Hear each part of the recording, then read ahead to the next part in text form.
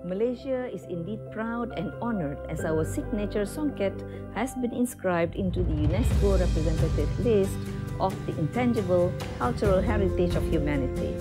I would like to thank the Intergovernmental Committee for the recognition given to our unique songket. As the Malay adage goes, sehari selembar benang, lama-lama menjadi kain. Time perfects the art of songket making. The songket is intricately woven with silk and cotton, interweaved with gold and silver threads, providing the shimmer to the vibrantly colored textile. Once adorned only by the royals for important occasions, the regal songket is now worn by the young and old across multi-ethnic Malaysians for weddings, festivals, and even in daily life.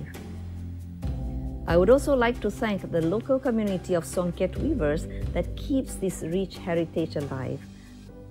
Saya berasa gembira dengan pengiktirafan UNESCO ini. Satu penghormatan yang besar untuk kami, para penenun songket.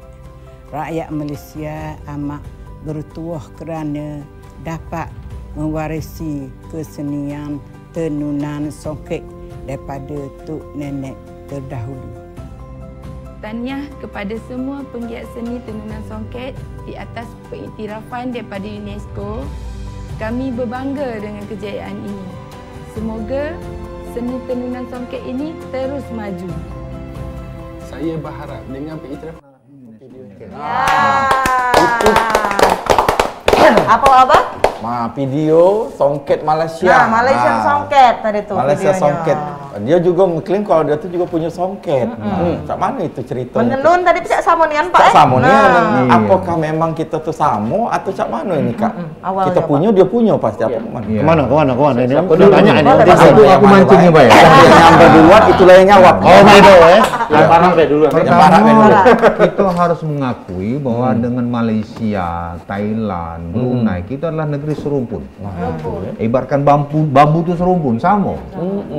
Nah, kalau udah serumpun biasanya ada kemiripan adat istiadatnya, ada kemiripan adat budaya, itu kan? Nah, songket ini boleh dikatakan produksi umum, ya, universal, bukan dimiliki satu orang. Malaysia juga punya songket, Thailand punya songket, Brunei punya songket, namanya juga sama, songket. Nah, beda dengan mungkin daerah Singapura, mungkin agak ke Inggris-Inggrisnya namanya kan. Tapi untuk tiga negara ini, namanya songket. Tetapi motifnya berbeda. Motifnya berbeda. Kemudian ada lagi Malaysia, sama-sama kita dengan negeri sumpun. Kalau dibandingkan dengan kita Malaysia, Thailand, dan Brunei, Malaysia memang agak lebih komit dengan budaya ataupun dengan hasil karya songket ini yang dia gunakan hampir dalam kehidupan keseharian. Utamanya hari Jumat. Untuk kaum lelaki, itu hari Jumat rata-rata penduduk Malaysia pakai baju Melayu, baju teluk belango, ya kan? Nah, teluk belango itu pasti dengan pakai aksesoris songket, kain songket. Cuman motifnya beda dengan songket kita. Nah, artinya mereka konsekuen dengan songket itu, dan itu memang produksi dari mereka sendiri, bukan dibeli dari mana, tidak. Motifnya mereka karang sendiri. Nah, begitu juga dengan Brunei, dengan dominan warna hitam, dengan ada ornamen emas-emasnya. Kalau Thailand dia dominan warna kuning. Kuning, benar. Itu Thailand. Songket juga namanya. Nah, sekarang songket lagi sedang diperdebatkan karena Malaysia sudah mendaftarkan songket itu sebagai artinya tenun songket kemanusiaan dulu kalau salah itu ya. Nah, ini tentunya ya membuat kita juga terkejut, terutama Palembang, ya, karena kita merasa kita memiliki songket juga. Ngapa tak kita ngakui songket itu sebagai warisan budaya tak benda dunia? Nah, pertanyaannya kaget kita kupas lebih jauh. Tapi yang jelas, saya pernah mengungkapkan di dalam media atau apa yang bertanya, ya sah-sah saja kalau Malaysia mendaftarkan, ya bukan mengaku ya, mendaftarkan bahwa kerajinan songket itu adalah kerajinan Malaysia. Nah, kita pun dari kami Dinas Kebudayaan Pariwisata, artinya pemerintah Sumsel sudah mendaftarkan itu tahun 2013 ke Kementerian Dinas Pendidikan Kebudayaan, ya, dan itu bersama dengan Dulmuluk kalau tidak salah. Dan itu sudah disertifikasi. Sudah dapat pengakuan secara nasional. Punya Palembang ini. Nah, budaya Palembang songket dengan dulmuluk lah diakui secara nasional. Nah, kalau sudah urusan ke UNESCO, berarti urusan kementerian lah yang punya tanggung jawab. Apakah ini akan dijadikan apa? Ke internasional. Internasional, karena ada jenjang. Ada penjenjangan gitu. Tapi kita sendiri dari Sumsel, dari Palembang, Sumsel sudah berupaya. Tapi ada dorongan nggak Pak dari Sumsel untuk daftar ke internasional? Itu tadi kita sudah presentasi di nasional. Kita jelaskan bahwa kenapa Palembang mengusulkan atau mengpatenkan songket ini, karena ini merupakan warisan budaya tak benda yang memang harus kita lestarikan dan kita pertahankan. Nah, ada kata lestari nih. Bagaimana dengan pelestariannya? Setelah didaftarkan, kita lestarikan enggak? Masuk Palembang sekarang. Masuk Palembang, sengeng enggak Palembang pakai songket? Banget kok ini. Paling nak kendungi, ada yang sedekah. Hari Jumat pakai telur belamo be mukim malas mereka. Ama pakai telur belamo kayak katu ngapo nak terbangan apa ya. Banyak lah. Jadi banyak hal-hal yang dipertimbangkan. Silakan mungkin ada tahun tadi itu sama itu kan melok seminar ya. Iya, seminar. Bulan Maret ya. Itu sudah mulai kita protes sebenarnya, atau paling tidak kita sudah menganalisa dari Kemlu ya, dari luar negeri. Jadi memang kita sudah tahu di awal dia sudah mendaftarkan itu. Jadi Kementerian Luar Negeri juga agak bingung karena itu melok ke Palembang dan sebagainya. Tadi Indonesia ini kan banyak, intinya kan dasarnya kain tenun. Tahun 2013 diajukan ke UNESCO itu Pak, ikat tenun ikat Sumba. Tapi itu gagal katanya, karena ada perda yang mewajibkan masyarakat memakai itu. Itu melanggar HAM. Nah, kita kena sanksi, no ban gitu kan. Banyak pertimbangan ya. Nah, itu tenun ikat Sumba. Prinsipnya sama, itu anu juga kan, ditenun juga. Nah, kemudian di Sumatera Abe yang terkenal ini, kalau Palembang itu diakui sebagai ratu kain. Songket. Songket ini kan ratu kain ya. Dan paling bagus menurut para industri, peneliti itu ya Palembang.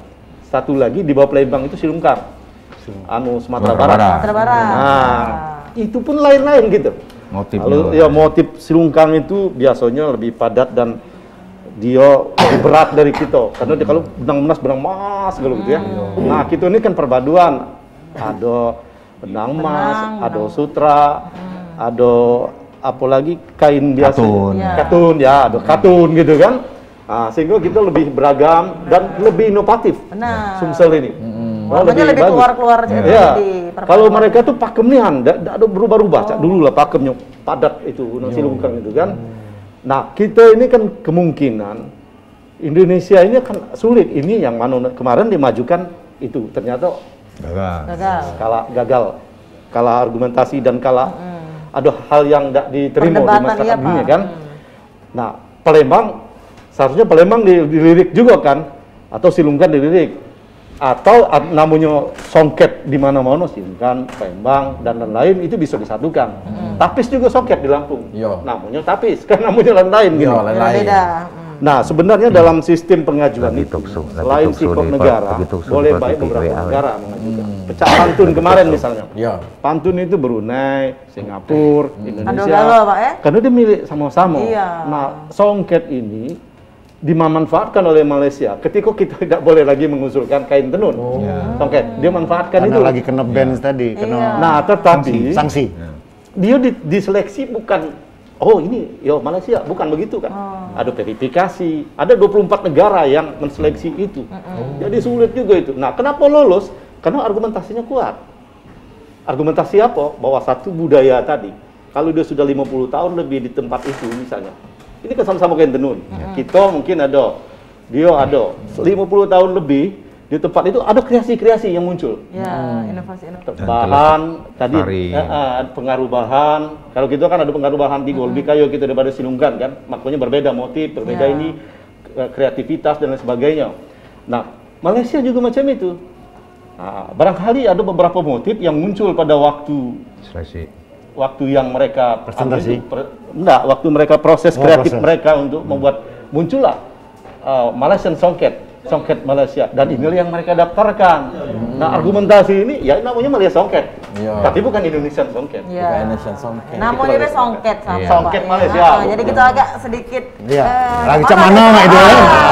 Dah usah nak ribut, yang penting Mak Mano sekarang tadi kata Pak Kadis tadi, kalau sudah didaftarkan, kita sekarang lebih banyak upaya-upaya melestarikan dari diri kita dewek Pak. Itu iya.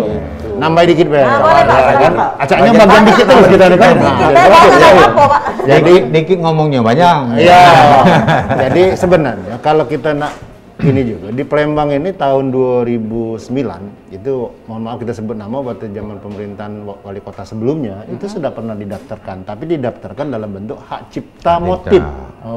Jadi ada beberapa namo ya. Iya, ada hak cipta motif 2004 sampai 2009 itu didaftarkan dan keluar hak patennya, tapi motifnya Bang.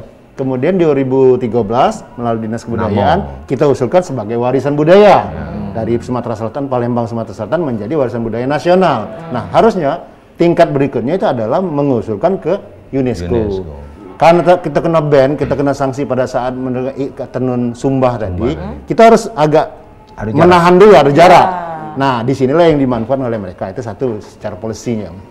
Nah, kemudian kita punya motif banyak sebenarnya. Kalau berdasarkan penelitian itu hampir 70-an sampai 80-an, ya, kurang lebih seperti itu. Tapi yang sudah terdaftar pada waktu 2009, Pak Opa itu jumlahnya 22.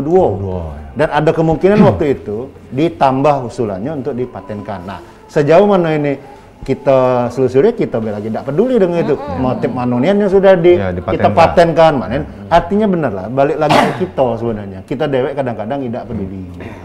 Nah, itu tadi kan, tradisi itu, sebuah tradisi itu ya seperti kata Pak Opa tadi, kalau tidak kita yang pakai ya siapa lagi. Kita jangan mengklaim, oh ini makanan kami, oh ini kue kami, oh ini pakaian kami, ini bahasa kami, tapi kalau kita dewek tidak melestarikan dan memakainya kalau bahasa itu. Jadi ini sebuah pukulan sebenarnya, tapi sebuah pukulan yang membuat kita harus berpikir bersama-sama ke depannya. Artinya Indonesia ini luas. Kalau nak diusul serentak, kalau setiap provinsi mengusulkan bayangkan. Artinya sudah ada 34 yang harus bersaing, sementara dibawa ke UNESCO itu pakai daftar list.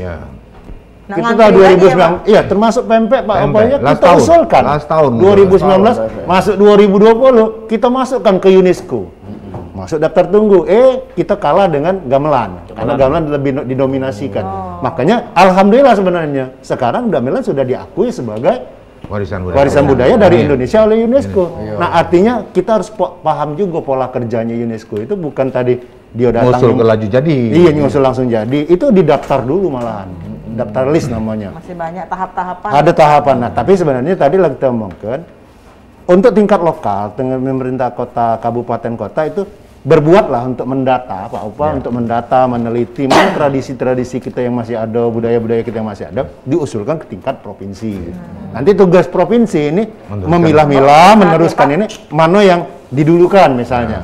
Bukan berarti tidak didaftarkan, mana yang sudah siap istilahnya, ini sudah siap didaftarkan, yang belum dibalikkan, minta dilengkapi, misalnya seperti itu kan. Nah, sesampai di nasional itu kan ditetapkan tahun ini Pak Bos sudah 43. Nah, udah 43 nih tahun ini. Tahun 2022 kami mengusulkan 13 lagi. 2022 13 kan diusulkan lagi. Artinya bukan tidak berbuat sebenarnya. Cuman kadang-kadang kan uang tidak jingok di proses ini sebenarnya. Ada proses. Tapi dengan viralnya songket Malaysia muncul. Nah, Palembang mak mano? Iya, secara emosional. Oh iya, kita asal tahu wong Palembang. Kita memperjuangkan songket kemarin itu sampai jam 3 malam. Presentasi di masing-masing setiap kabupaten provinsi mengusulkan. Kita berjuang mempengaruhi para kurator, mempengaruhi para tim juri. Mana caranya apa yang kita perjuangkan ini berhasil. Tapi jam 3 pagi presentasi bayang. Ngomong-ngomong sampai jam 3 pagi ini yang berjuang. Ada yang lewat dulu. Ada yang lewat. Ayo. Dia tuh. Panas ini pembahasan ini. Dia tuh.